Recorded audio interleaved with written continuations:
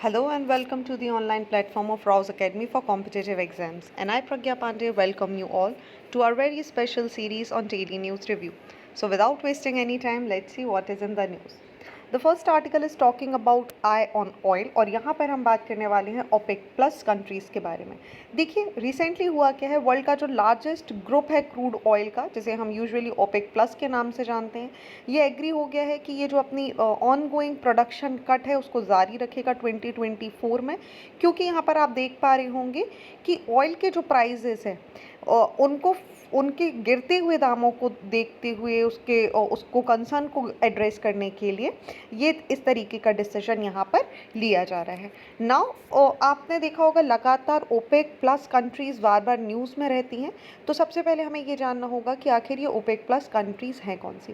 देखिए OPEC member की अगर हम बात करें तो फर्स्ट थिंग, चलिए स्टार्ट कर लेते हैं हम साउथ अमेरिका से। आप यहाँ पे आपको देखने मिलेंगी वेनेजुएला। वेनेजुएला के अलावा हमें एक और कंट्री देखने मिलेगी विच इज़ दी इक्वाडोर।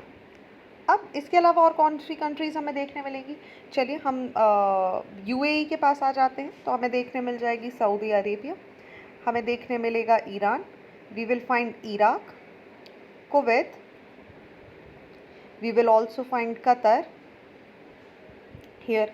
अब इसके बाद आ जाते हैं हम अफ्रीकन कॉन्टिनेंट पे, हमें यहाँ देखने मिल जाएगी अल्जीरिया,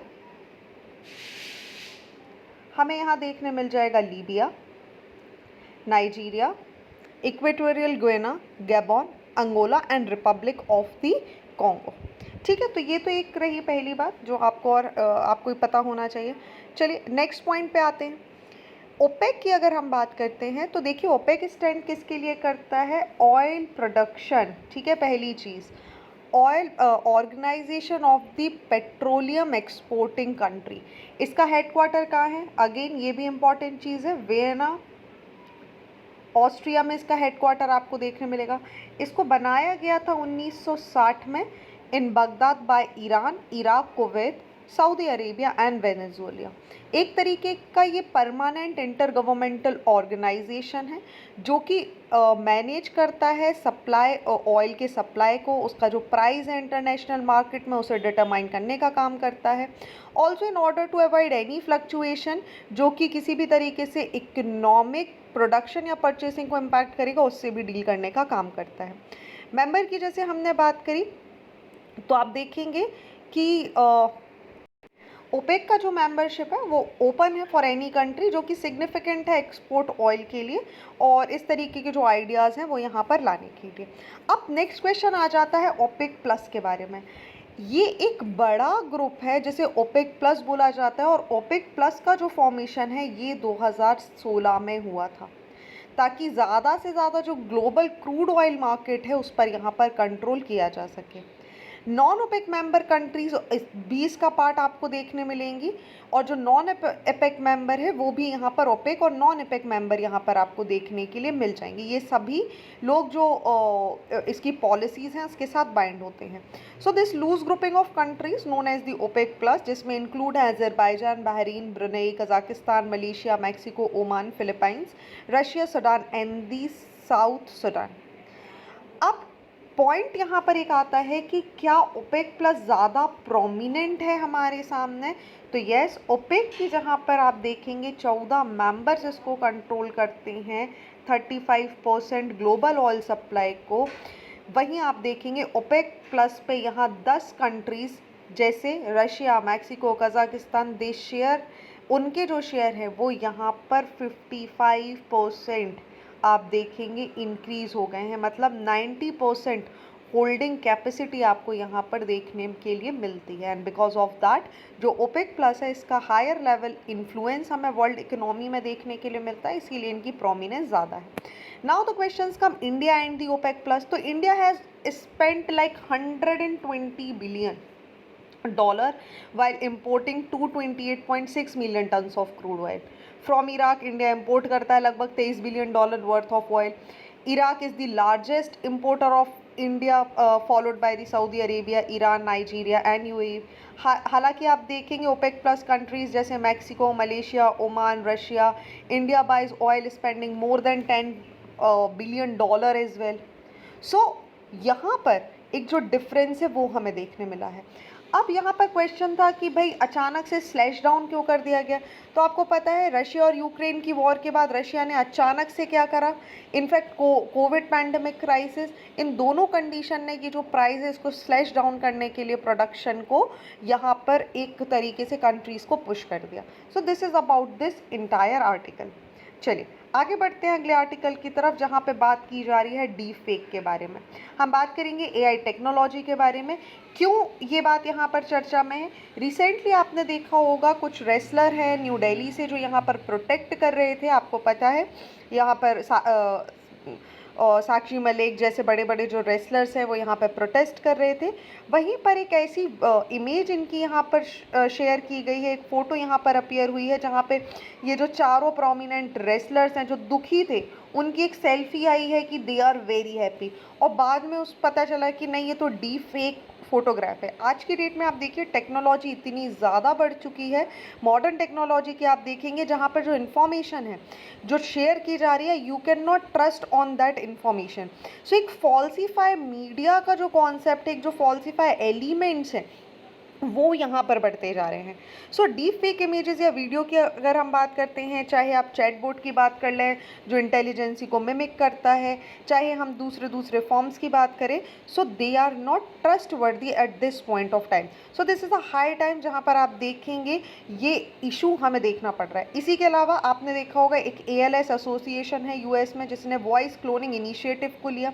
आप देखेंगे बहुत सारे लोगों की वॉइस को यहाँ पे डीप फेक किया जा रहा था और अलग अलग वॉइस वीडियो विजुअल्स उनके बाहर आ रहे थे। बहुत बड़े बड़े जो एक्टर एक्ट्रेसेस हैं या पॉलिटिशियंस हैं उनके भी डीप फेक वीडियो ऑडियोज़ यहाँ पर हमें देखने के मिल रहे थे।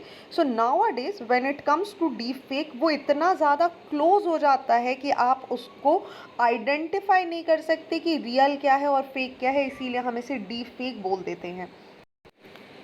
So along with that you must have seen जहाँ पर आप देखेंगे Donald Trump, sorry not Donald Trump, ये बराक ओबामा का एक वीडियो यहाँ पर रिलीज़ हुआ था जहाँ पे वो दिखाया जा रहा था कि he is saying a lot of abusive words about the Donald Trump, but again पता चला कि ये एक तरीके से डीप फेक वीडियो है। अब देखिए जो मेजर टेक्नोलॉजी कंपनी है आज की डेट में अगर हम उनको देखेंगे यहाँ पर, तो they are like behind ChatGPT. तो उनका एक सबसे बड़ा क्वेश्चन आता है कैन वी डू। ओके, अब कैन वी डू की जगह एक क्वेश्चन आना चाहिए, they should be asking one question कि शुड वी डू दिस और नॉट। ठीक है, तो ये एक चीज़ है जो यहाँ पर सबसे ज़्यादा मिसिंग है। आज की डेट में अगर हम बात करें तो डीप फेक से निपटना अपने आप में एक बहुत बड़ा चैलेंज है, बट चाइना का एक कदम है जिससे सब लोग यहाँ पर इंस्पायर हो सकते हैं। इन विच चाइना ने क्या करा है, चाइना ने बैन कर दिया है ऐसे लोगों को, ऐसे व्यक्तियों को जो क्या कर रहे हैं, डीप फेक के जो विजुअल्स हैं उनको क्रिएट कर रहे हैं, बना रहे हैं, या ऐसे व्यक्ति जिनके पास कोई भी परमिशन नहीं है ओरिजिनल मटेरियल की उसको मॉडिफाई करने की, जो कि कहीं पे जिनका कहीं पे भी इस्तेमाल हो सकता है। अब जनवरी 2023 की अगर हम बात करें तो चाइना ने अपने तरीके के एक रेगुलेशन यहाँ पर इन्वॉल्व किया था जिसे हम डीप फेक रिवैम्पिंग कंट्रोल की बात की जा रही थी, ताकि साइबर स्पेस जो है वहाँ पर चाइना बहुत अच्छे से एड्रेस कर सके और कंट्रोल लेकर आ सके। ठीक है, so what they did, they prohibit the use of deepfake without the subject's permission or to depict or utter anything that could consider counter to the national interest. Rules officially ये भी बोलते हैं कि जो एडमिनिस्ट्रेटिव प्रोविज़न है deep synthesis पे internet information services पे, उस पर यहाँ पर वो गवर्नमेंट का कंसर्न है, और जो भी इस तरीके की एआई टेक्नोलॉजी है भविष्य में उनसे रिलेटेड जो भी निर्णय है वो यहाँ पर लिए जा सकते हैं। Now the questions come how to deal with the deep fake. तो सबसे बड़ा आपके सामने एक आंसर आ जाएगा डिटेक्शन। अब देखिए टेक्नोलॉजीज़ को बिल्ड करना ज़रूरी है जिसके थ्रू क्या किया जा सके, डीप फेक्स को आइडेंटिफाई किया जा सके। आज की डेट में अगर हम देखें तो Microsoft is creating a new anti deep fake technology to fight misinformation called Microsoft video authenticator, पहली चीज़। दूसरा हमें वर्क करना होगा ट्रांसपेरेंसी पे कि कोई भी डेटा जो हमारे सामने आ रहा है वो कितना ट्रांसपेरेंट है। Next is the education, we have to educate our people that we should not trust any video, any image that is coming blindly in front of you, right? And last but not the least, extremely very important is the regulation. ठीक है, अब हर चीज़ पर एक check and balance या control आवश्यक हो जाता है। 2019 में there were about a dozen of federal and state level bill in the US to regulate this deep fake issue. Similarly India में भी आप बात करेंगे, वर्जीनिया में बात करेंगे, न्यूयॉर्क में भी आप बात करेंगे, इस तरीके के लॉस को लेकर आया गया। हालांकि अभी हम इंडिया की बात करें तो डीप फेक्स को लेकर हमारे पास कोई खास वजह नहीं है इनसे टैकल करने के लिए, but hopefully in near future हमारे पास कुछ अच्छा यहाँ पर कदम उठाया जा सकता है। चलिए नेक्स्ट बात करते हैं, accidents decline but expense on safety remains low. बात की जा रही है एक बहुत बड़े हादसे की, 2013 के बाद का एक बहुत बड़ा हादसा है जिससे सभी लोग बहुत ज़्यादा दुखी हैं। अभी भी जो मृतकों की संख्या है वो लगातार बढ़ती हुई नज़र आ रही है। डीरेल होना, 3 रेल एक साथ यहाँ पर आप देखेंगे डब्बे ये डीरेल हो गए और इसके अंदर जो यात्री थे इनके आगे पीछे वाली ट्रेन में 3 ट्रेनों का यहाँ पर कोलैप्स हुआ है, वो हमें देखने के लिए मिला है। हालांकि यहाँ पर बहुत सारे सवाल उठाए जा रहे हैं जिसमें आप देखेंगे कि रेलवे स्टाफ की कमी, इक्विपमेंट्स की कमी यहाँ पर दर्शाई जा रही है। तो क्वेश्चन यहाँ पर ये उठता है, आप ये चार्ट देखेंगे कि जो बहुत सारे एक्सीडेंट हुए हैं वो उनका पैराग्राफ क्या रहा है। ओके, सो हमें क्या समझना ज़रूरी है, हमें जानना ज़रूरी है इंडिया और इंडिया की सेफ्टी मेजर्स हम जानते हैं यहाँ पर। सो प्रीवियस वीडियो में हमने डिस्कस, इसके पहले हम वैसे कई बार डिस्कस कर चुके हैं about the rail safety in India, लेकिन आज जो हम डिस्कस करने वाले हैं ये पूरा जो रिसेंटली अभी इंसिडेंट हुआ है बालासोर उड़ीसा का 3 ट्रेन कोलिजन वाला, इससे रिलेटेड हम यहाँ पर बात करते हैं। अब देखिए ये जो डीरेलमेंट है वो हमारे लिए सबसे बड़ा सवाल हुआ है। अगर हम एनसीआरबी की बात करें तो लगभग 23,000 लोग हर साल उनकी मृत्यु हुई है, अगर 2010 से लेके आप 2011 के बीच में देखेंगे। ओके, और ये इंसिडेंट्स क्यों हुए, इसमें एक सबसे मेजर कारण था डीरेलमेंट, जो सेम हमें उड़ीसा में देखने मिला। डीरेलमेंट एक बहुत बड़ा कॉज बन जाता है ट्रेन एक्सीडेंट का इंडिया में, क्योंकि आप देखेंगे एक लैप्स कहीं ना कहीं देखने मिलता है हमें सेफ्टी प्रोटोकॉल में, एक ट्रैक मेंटेनेंस में, एक फेलियर आपको देखने मिलता है आइडेंटिफाई करने में, रेक्टिफाई करने में जो ट्रैक्स हैं उनके डिफेक्ट्स को, जिसकी वजह से डीरेलमेंट हो जाता है। इसके लिए एक बहुत बड़ा एग्जाम्पल आप देख सकते हैं पुरी हरिद्वार उत्कल एक्सप्रेस 2017 में, जिसकी वजह से लगभग 23 लोगों की जान यहाँ पर गई थी।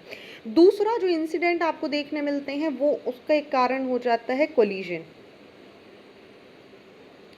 कोलिजन कैसे, जो ये जो कोलिजन है ये अकर होते हैं due to lapse in signalling system, human error, और कहीं ना कहीं जो सेफ डिस्टेंस होता है ट्रेन्स के बीच में वो मेंटेन करने में इसमें एक इंसिडेंट हो जाते हैं। इसका एक एग्जांपल आपको देखने मिलेगा गोरखा धाम एक्सप्रेस जो इंसिडेंट हुआ था 2014 में। नेक्स्ट अगर हम बात करें तो सिग्नल फेलियर, इसका एक बहुत एक बड़ा एग्जाम्पल है। जो मैल फंक्शन हो जाते हैं, इम्प्रॉपर हो जाती है signal system, they have been responsible for train accident. Inadequate maintenance हमें देखना मिलता है, फॉल्ट इक्विपमेंट्स हमें देखने मिल जाते हैं, ह्यूमन एरर यहाँ पर एक बहुत बड़ी दिक्कत हो जाती है, सिग्नल ऑपरेटर्स जो हैं या सिग्नल ऑपरेटिंग जो सिस्टम है वो यहाँ पर मिसहैप क्रिएट कर देते हैं, जिसकी वजह से आप देखिए 1999 बंगाल का जो इंसिडेंट हुआ था वो हमें देखने मिलेगा। नेक्स्ट इज, और क्या यहाँ पर इंसिडेंट हो सकते हैं इस तरीके के एक्सीडेंट पे, तो over crowding and over speeding.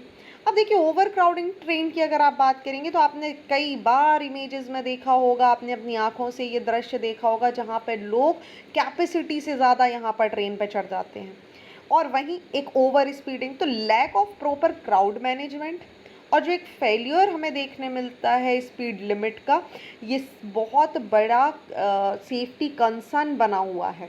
आप 2018 का अमृतसर ट्रेन एक्सीडेंट देख लीजिए, उसकी वजह से आप देखेंगे एक जो ट्रेन है वो यहाँ पे स्ट्रक कर गई थी एक यहाँ पर नियर रेलवे ट्रैक, जहाँ पर एंड नंबर ऑफ जो कैजुअलिटीज़ हुई थी वो अकर हुई थी।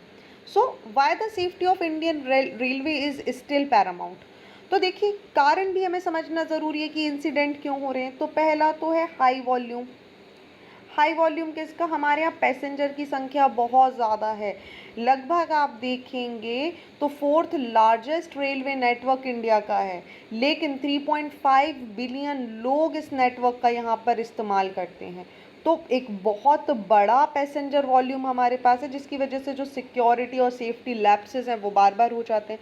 दूसरा is the economic impact, since Indian railways एक बहुत बड़ा एक क्रूशियल कंपोनेंट है कंट्री का। चाहे आप ट्रांसपोर्टेशन की बात कर लीजिए, आप इंफ्रास्ट्रक्चर की बात कर लीजिए, it plays very important role. तो कोई भी जो डिसरप्शन होता है सेफ्टी रिलेटेड इशू, वो डायरेक्टली हमारे इकोनॉमिक सेटबैक को इफेक्ट कर देते हैं, हमारी इंडस्ट्रीज, हमारे बिजनेसेस को इम्पैक्ट कर देते हैं। नेक्स्ट अगर हम बात करें तो रेप्यूटेशन और पब्लिक ट्रस्ट। देखिए, जो सेफ्टी है इंडियन रेलवेज़ की वो एसेंशियल है मेंटेन करना, क्योंकि पब्लिक ट्रस्ट करती है, पब्लिक का एक कॉन्फिडेंस है सिस्टम पर। लेकिन इस तरीके के जो इंसिडेंट्स होते हैं, जो सेफ्टी लैप्सेस हमें देखने मिलते हैं, वो रेप्यूटेशन यहाँ पर ख़राब कर रहे हैं। Next is international comparison. अगर आप सेफ्टी स्टैंडर्ड की बात करें तो Indian Railways are often compared with those of developed countries like Japan, China and several other European nations. ठीक है, डेमोन्स्ट्रेट किया जाता है कि इनके यहाँ इस तरीके की ट्रेन्स हैं, लेकिन हमें सिर्फ ट्रेन को कंपेयर करना यहाँ ज़रूरी नहीं है। सबसे बड़ा मुद्दा आ जाता है सेफ्टी। तो what about the safety, why we are not discussing about safety है। Next is the connectivity. So Indian railway is a life time for connectivity. आपको पता है, आपको कहीं भी जाना ये इंश्योर करता है, चीप है, सस्ता हो जाता है, इकोनॉमिकली फीजेबल है, तो लोग बहुत आसानी से ट्रैवल कर सकते हैं।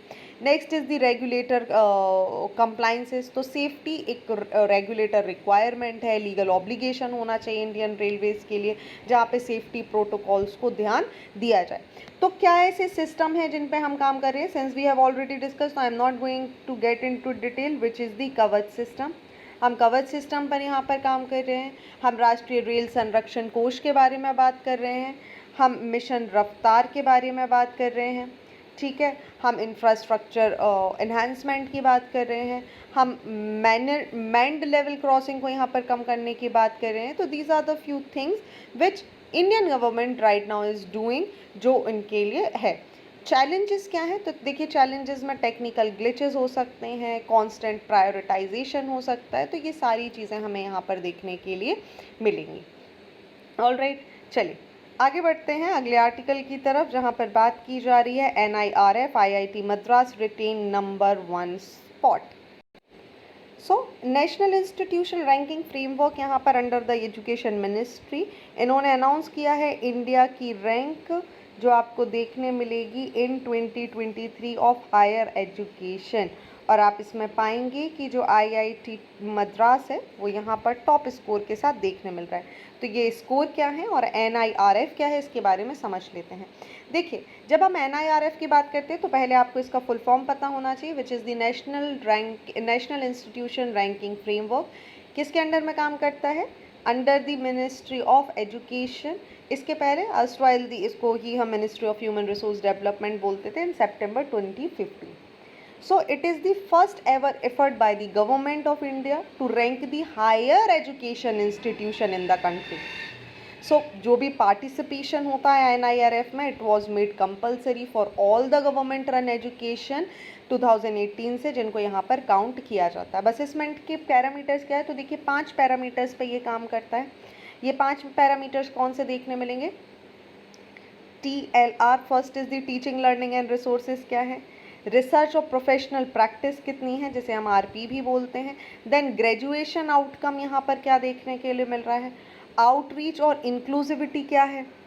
और पीयर परसेप्शन यहाँ पर कितना देखने के लिए मिल रहा है? 11 कैटेगरीज लगभग यहाँ पर आपको देखने मिलेंगी। ओवरऑल जो नेशनल रैंकिंग है यूनिवर्सिटीज़ की, engineering college, medical, management, pharmacy, law, architecture, dental and research इसका पार्ट होंगे। रीज़न क्या है इसे लॉन्च करने के लिए? देखिए, जो सब्जेक्टिविटी थी रैंकिंग मैथोलॉजी की, इसको डेवलप किया गया था by the QS world university ranking and the Times higher education world university ranking, which led India to start its own ranking system for the Indian higher education system. ठीक है, on the line of Shanghai rankings. So एक तरीके का long term plan हमें देखने के लिए मिलता है। ओके, सो आई होप यहाँ तक सारी चीज़ें आपको क्लियर हो चुकी हैं। चलिए आगे बढ़ते हैं। साइंस एंड टेक्नोलॉजी का एक बहुत अच्छा आर्टिकल है where we are talking about the satellites AI to help certify fields growing organic cotton. देखिए हो क्या रहा है, एक नया इनिशिएटिव लिया गया है by the European space agency and the global organic textile standard, जिसे GOTS भी बोलते हैं, गोट्स। यहाँ पर प्लान किया गया है कि एक डेटा यहाँ कंबाइन किया जाएगा, सैटेलाइट इमेज से बहुत सारा डेटा लिया जाने वाला है और आर्टिफिशियल इंटेलिजेंसी से, ताकि ट्रैक किया जा सके, रिकॉर्ड रखा जा सके about the cotton certification in India. ये जो प्रोजेक्ट है ये कोलैबोरेशन है ESA और गोट्स और AI कंपनीज़ के बीच में, जो ऑटोमेटिकली क्लासीफाई करेगा कॉटन फील्ड्स को इंडिया में, क्या कल्टीवेशन स्टैंडर्ड होने चाहिए और क्या अभी जो सिचुएशन है वो किस तरीके की है। देखिए ये जो प्रोग्राम है इस तरीके का पहले भी एक पायलट प्रोजेक्ट रन किया जा चुका है उज़्बेकिस्तान में, जो कि बहुत ही ज़्यादा सफल भी रहा था। All right, is one of the world's top cotton producer nowadays. In 2021, data from the pilot project showed a 90% accuracy in differentiating between the organic cotton field and the other fields also. ठीक है, so top cotton producers की अगर हम यहाँ पर बात करें तो देखिए आपको चाइना की स्टेटस आप देख लें तो चाइना 5835 पर है, ऑस्ट्रेलिया 1252, USA 3815, पाकिस्तान 1306, इंडिया की अगर हम बात करें इट इज़ दी 5334। तो कहीं ना कहीं इंडिया जो कि कॉटन के लिए जाना जाता है, उसकी कॉटन की क्वालिटी के लिए जाना जाता है। आप देखेंगे हमारा जो टेक्सटाइल इंडस्ट्री उसे स्ट्रॉन्ग करने के लिए ये इनिशिएटिव बहुत अच्छा है। अगर हम स्टेट वाइज बात करें तो आज की डेट में आप याद रखेंगे गुजरात विथ 35% सबसे ज़्यादा कॉटन प्रोड्यूस करता है, ठीक है। वहीं अगर आप देखेंगे तो आपको महाराष्ट्र, आंध्र प्रदेश, हरियाणा, पंजाब, मध्य प्रदेश, राजस्थान, कर्नाटका और फिर दूसरे स्टेट्स आपको इसके बाद देखने के लिए मिल जाएंगे। So these are the important articles about today. I hope यहाँ तक सारी की सारी चीज़ें आपको क्लियर हो चुकी होंगी। So thank you for watching this video. Do not forget to hit like button, comment your valuable feedback and also press the subscribe button to never miss any updates. Please follow us on Instagram and Facebook. Links are given below in the description box. Thank you and see you tomorrow.